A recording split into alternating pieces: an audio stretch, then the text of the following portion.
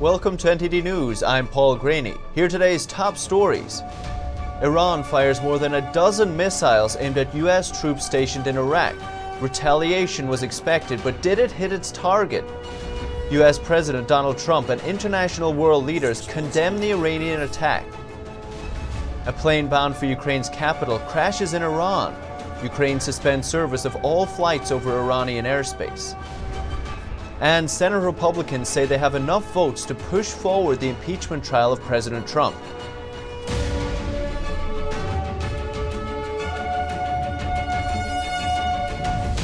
Iran has claimed responsibility for more than a dozen missile strikes targeting Iraqi military bases where U.S. troops are stationed.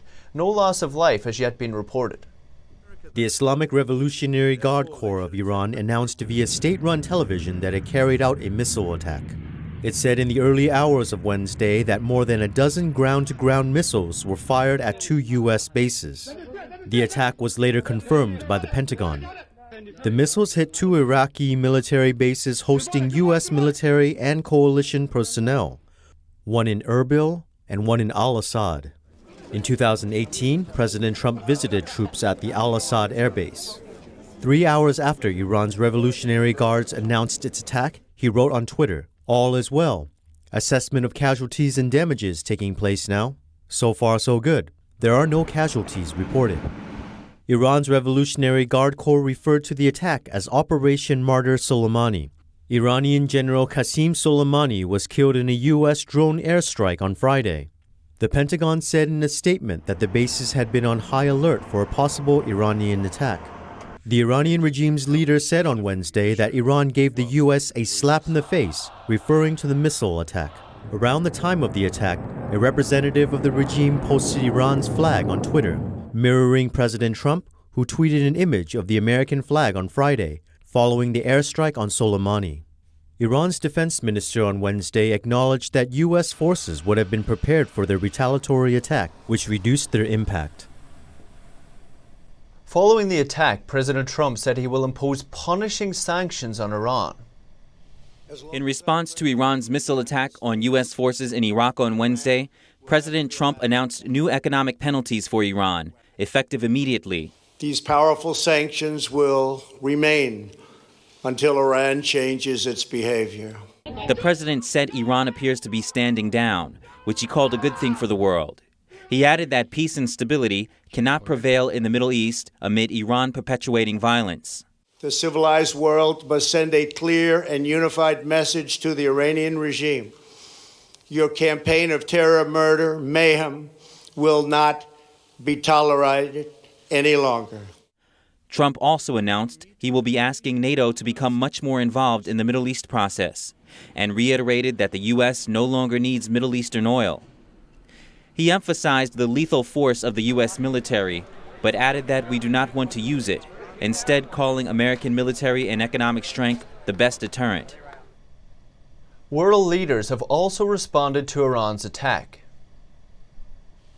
In response to Iran's missile attack on U.S. forces in Iraq on Wednesday, President Trump announced new economic penalties for Iran, effective immediately. These powerful sanctions will remain until Iran changes its behavior. Iranian forces fired missiles at military bases housing U.S. troops Wednesday morning in retaliation for the death of Iran's General Qasem Soleimani. Foreign powers have responded. We condemn this attack on Iraqi territory that was evidently carried out by Iran. It is not acceptable. And UK Prime Minister Boris Johnson also condemned the attack. We, of course, condemn the attack on Iraqi military bases hosting coalition forces. Iran should not repeat these reckless and dangerous attacks, but must instead pursue urgent de-escalation. He added that Britain believes the Iranian nuclear deal remains the best way to prevent Iran from developing a nuclear weapon. Iran said on Sunday it would abandon limitations on enriching uranium, taking a further step back from commitments under the 2015 nuclear deal. While there have been mixed reactions to the U.S. handling of Soleimani, Israeli Prime Minister Benjamin Netanyahu has praised the U.S. He says President Trump should be congratulated for acting swiftly, boldly, and resolutely, and called Soleimani a terrorist in chief. He said the Iranian general was the architect and driver of Iran's campaign of carnage and terror throughout the Middle East and throughout the world. Qasem Soleimani was responsible for the death of countless innocent people. He destabilized many countries. He also said Israel stands behind the United States. And once again, I want to say what I've said many times, but I repeat it today, and it's especially important today. America has no better friend than Israel, and Israel has no better friend than the United States of America. Israel is the U.S.'s closest Mideast ally and Iran's chief regional rival. And Turkish President Tayyip Erdogan said on Wednesday Turkey is working to diffuse tensions between Iran and the U.S. through diplomatic channels. The ministry said in a statement Turkey's foreign minister will visit Iraq on Thursday. Following the attack, many airline companies announced that they will reroute flight paths to avoid airspace over Iraq and Iran. Airlines, including Qantas, Singapore, and Malaysia Airlines, will reroute to avoid Iranian airspace following an escalation of military tensions in the region. Some of the airlines said it's to avoid regional tensions. The move comes after Iran launched a missile attack at military bases housing U.S. troops in Iraq in retaliation for a U.S. drone strike on Iranian commander Qasem Soleimani. Residents living in the northern Iraqi town of Duhok said houses and shops were seen to be damaged following the strike on Wednesday, and they have no idea why they were attacked. At 2 a.m. we heard a very loud sound, and when we walked outside and saw the broken windows, we and our children were terrified. We didn't know that there's an American base nearby. We don't know why they hit us. With tensions rising in Iran, the U.S. Federal Aviation Administration has also banned U.S. airlines from operating in the airspace over Iraq, Iran, the Persian Gulf, and the Gulf of Oman. India on Wednesday cautioned their citizens about travel to Iraq.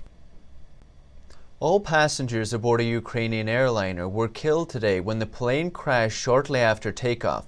It was traveling from Iran to Ukraine, but the crash is not believed to be connected to today's missile strike. A Ukrainian Boeing 737 crashed after takeoff in Iran Wednesday, carrying 176 people. All aboard were killed, according to Ukraine's President Volodymyr Zelensky. Grim footage from Iranian TV showed debris, smoking metal scrap, and rescue workers with face masks retrieving bodies. Officials and Iranian state TV say the plane had technical problems soon after leaving Tehran's Imam Khomeini airport. The plane crashed near the airport and burst into flames. The flight tracking service Flight Radar 24 showed the plane was flight PS752 bound for Ukraine's capital, Kiev. Iranian state media, quoting a local aviation official, said the pilot did not declare an emergency. Iranian rescue workers have reported they've now found one of the 2 black boxes of the crashed airliner. The airline said it's doing everything possible to find out more details about the cause of the crash. The site says the plane was 3 years old and was a 737 NG jet. Wednesday's crash could pile into Boeing's safety crisis. It's been grappling with 2 deadly crashes involving another jet, the 737 MAX. Boeing grounded its 737 MAX fleet worldwide last March. The crash also happened within hours of missile strikes launched from Iran at US-led forces in Iraq. However, the airliner's crash is apparently unrelated to the attack. Ukraine has suspended all flights through Iranian airspace until the causes of the crash are clear. And Senate Majority Leader Mitch McConnell says he has enough support from his fellow Republicans to move forward with the Senate impeachment trial of President Trump. This even without Democrat support. The plan would deal a blow to Democrats' efforts, though, to call new White House witnesses during the trial. The Senate's impeachment trial of President Trump is still hanging in the balance between Democrats and Republicans. But Senator Mitch McConnell says the GOP-controlled Senate has the votes to push the trial forward. I wanted to make sure you understood that we have the votes. Democrats want several White House officials to testify, including Trump's former national security advisor, John Bolton. They say the witnesses have knowledge of the events behind the president's impeachment charges. McConnell has resisted the idea. He and his fellow Republicans say the evidence collected during the House's impeachment trial is sufficient. They're seeking a fast trial without witness testimony. Will you be okay if John Bolton testifies? He indicated yesterday that he would if he is subpoenaed. Well, that's going to be up to the lawyers. It'll be up to the Senate, and we'll see how they feel. Despite the controversy, McConnell said that there are enough votes among Republicans to leave the decision until later in the trial. House Democratic Speaker Nancy Pelosi is currently withholding the House's impeachment charges from being submitted to the Senate. This effectively prevents the Senate trial from being scheduled. The Senate trial is likely to lead to Trump's acquittal. As the 2020 presidential election looms closer, the Republican-controlled Senate has shown little interest in removing Trump from office. Representative Duncan D. Hunter will resign from Congress effective January 13th. This more than 1 month after the California Republican pleaded guilty to misusing campaign funds. Hunter submitted his letter of resignation to House Speaker Nancy Pelosi on Tuesday. The 6-term congressman pleaded guilty to one of the 60 counts against him. He faces a potential 5-year prison term and a $250,000 fine when he's sentenced in March. Hunter's wife and former campaign treasurer Margaret already admitted to her role in the scandal. She also faces a 5-year prison term and a $250,000 fine. The two were indicted in August 2018 for misusing at least $250,000 in campaign funds. After being charged, the lawmaker was stripped of his committee assignments but continued serving in Congress and won re-election in 2018. He initially pleaded not guilty and denying wrongdoing. A murder trial began today for the estranged husband of a missing Connecticut woman. She was the mother of 5. Fotis Doulos arrested Tuesday, charged with murder, felony murder, and kidnapping. Jennifer Doulos, his 50-year-old estranged wife, disappeared in May. I'll be surprised if they can win it. Mr. Doulos contends he was not involved, and I don't think the evidence will show that he was. Doulos was previously charged with tampering or fabricating physical evidence. This after police say they found multiple stains on the floor, suspected blood spatter, and attempts to clean up the scene in Jennifer Doulos' home. He has maintained his innocence. It looks like police were being patient, playing the long game, really trying to hone in on evidence so when the charges came, they can really back them up. Also arrested in connection to this case are Michelle Troconis, Doulos' former girlfriend, and Kent Mawhinney, Doulos' friend. They're both charged with conspiracy to commit murder. Troconis had previously been charged with tampering with evidence and pleaded not guilty. According to an arrest warrant, Mawhinney got access to a private locked rod and gun club where a shallow grave, tarp, and bags of lime were found by hunters shortly before Jennifer Doulos disappeared. Her remains have yet to be found. We know with no-body murder cases, they're very difficult to prove. So one of the issues is getting that airtight case right from the beginning. The Connecticut State Police Department says the investigation into this case is ongoing and that officers are subject to a gag order. A 1.5-year-long investigation into a famed New York City restaurant ended in a settlement. Former workers accused one of the owners of sexual misconduct. NTD's Miguel Moreno has more on yesterday's announcement.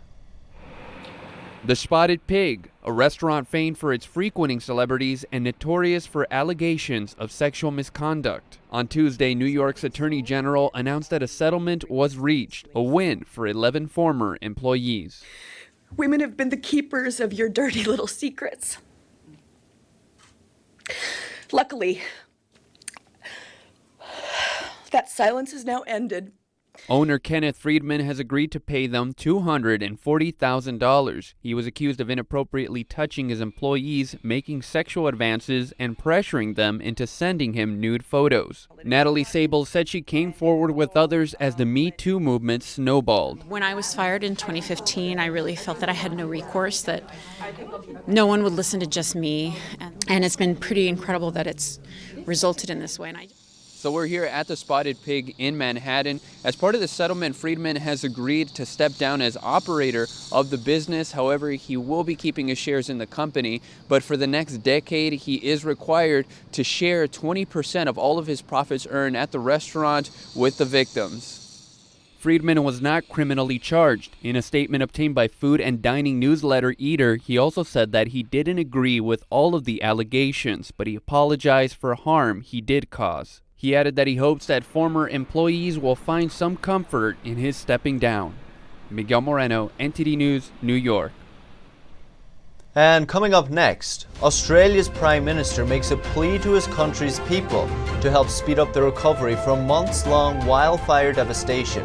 More on that after the break.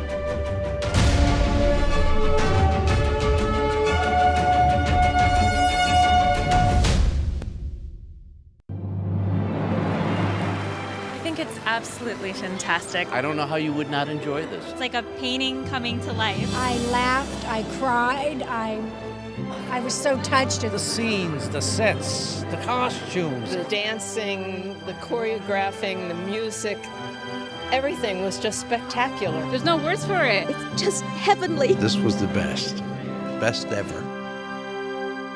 The dancers, your mouth just drops. You're like, wow, this is just beautiful to watch. The technique is flawless. Really, it is. The skill and the talent on the stage are jaw-dropping. They perform in perfect unison.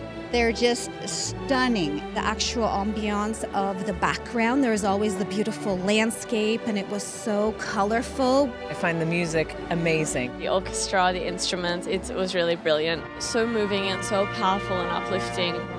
The idea of everybody coming from a celestial place, it's all beauty and truth and light. It's very emotional.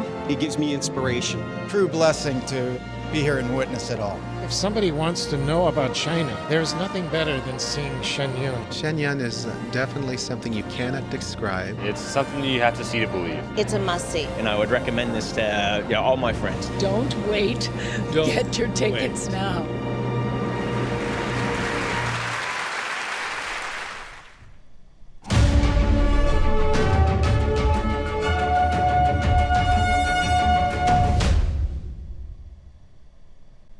Australia's Prime Minister made a plea to his people today.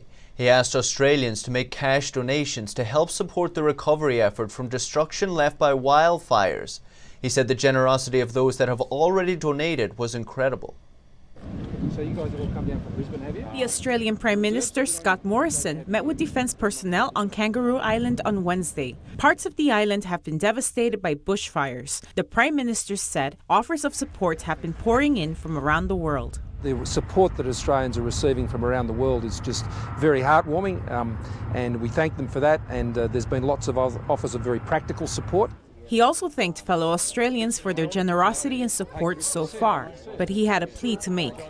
From this point on, we would encourage you to be providing your donations and support in direct financial donations. He said the charitable agencies that wish to deliver that support need cash contributions to do so. Australia's wildfires have been raging since September. Former Nissan chairman Carlos Goen spoke to reporters today in Lebanon for the first time since escaping Japan. His appearance marks the latest twist in a 14-month saga that has shaken the global car industry. On Wednesday, former Nissan executive Carlos Goen spoke publicly with reporters, making his first public appearance since leaving Japan. He described his time in the Japanese judicial system as an injustice at a press conference in Lebanon. Ripped from my family, my friends, my communities, from Renault, Nissan, and Mitsubishi, and the 450,000 women and men who comprise those companies. He says he was interrogated for up to 8 hours a day and urged to confess. Goen fled Japan last month. He was there awaiting trial on charges of underreporting earnings, breach of trust, and misappropriation of company funds, all of which he denies. I did not escape justice. I fled injustice and persecution, political persecution. Goen's lawyers said in a statement that Goen was targeted because Japan didn't want him to integrate Nissan more closely with its French alliance partner Renault, which Goen also formerly headed. Unfortunately, there was no trust. And some of our Japanese friends thought the only way to get rid of the influence of Renault on Nissan is to get rid of me. Japan's Ministry of Justice has said it will try to find a way to bring Goen back from Lebanon, even though the two countries have no extradition treaty. And coming up, the Centers for Disease Control and Prevention issued a travel notice for Wuhan city in China. They're warning against the outbreak of a mysterious respiratory disease that has so far infected 59 people. More on that after the break.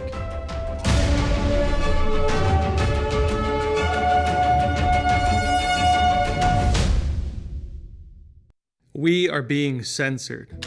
America's news outlets no longer provide the truth.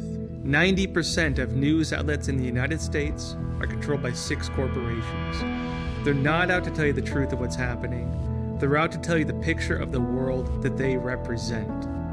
The mission of the Epoch Times is to chase the truth, to ground all statements in facts, and prevent people from being misled.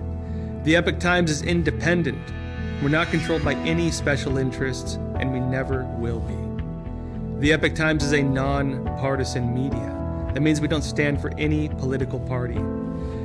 This is a battle between truth and deceit, a battle between forces that would ensnare this country in ignorance, and between a media that wants to present you with the truth.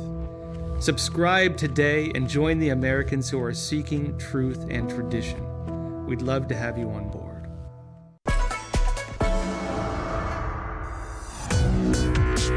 Viewers have described China Uncensored like The Daily Show, but about China. At the beginning, I was super excited when I got 500 views, and now the show's grown to about 500,000 subscribers on YouTube. One episode reached 7.9 million people. I'm a little freaked out that that many people have seen my face. In 5 years, I see China Uncensored as the sole source of edutainment worldwide.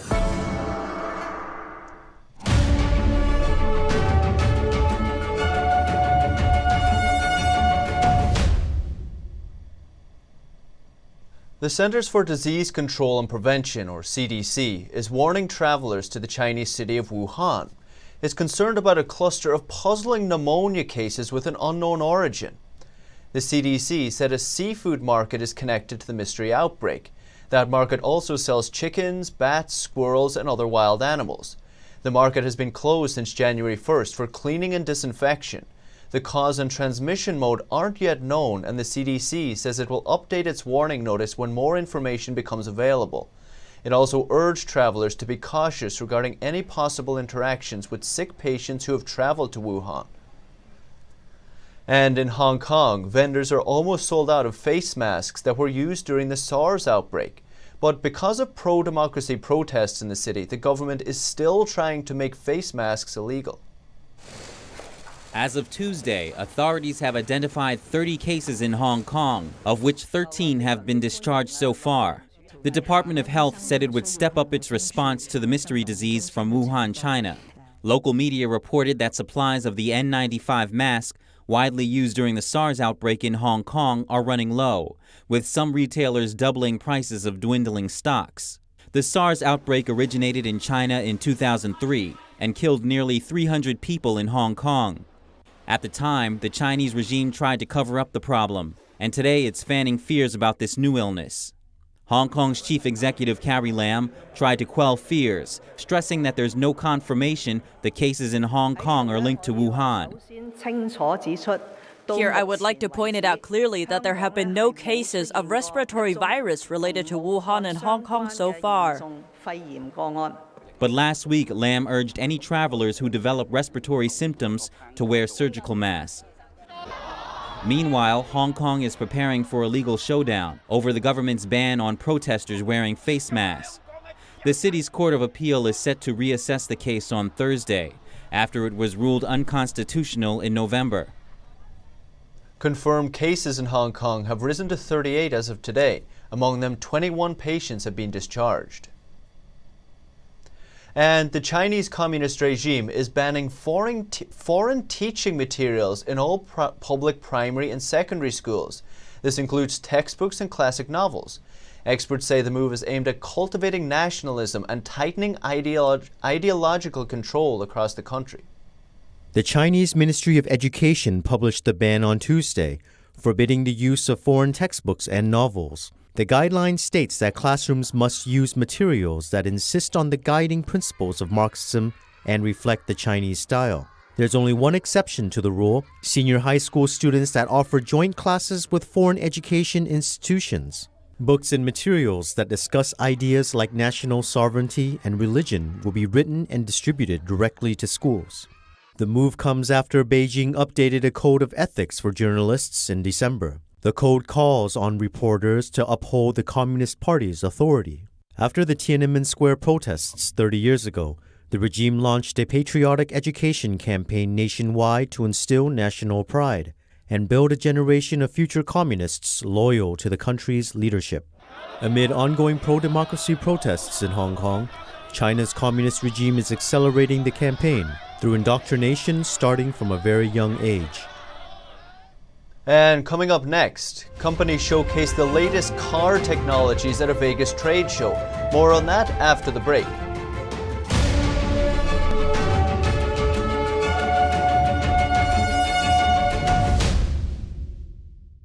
Our investigative reporters at the Epoch Times have spent 18 months uncovering the biggest political scandal in modern history. We connected the dots around Spygate, the actions by Obama-era officials against Trump's 2016 presidential campaign. Join me on Declassified as we bring you up-to-date developments on this unfolding scandal.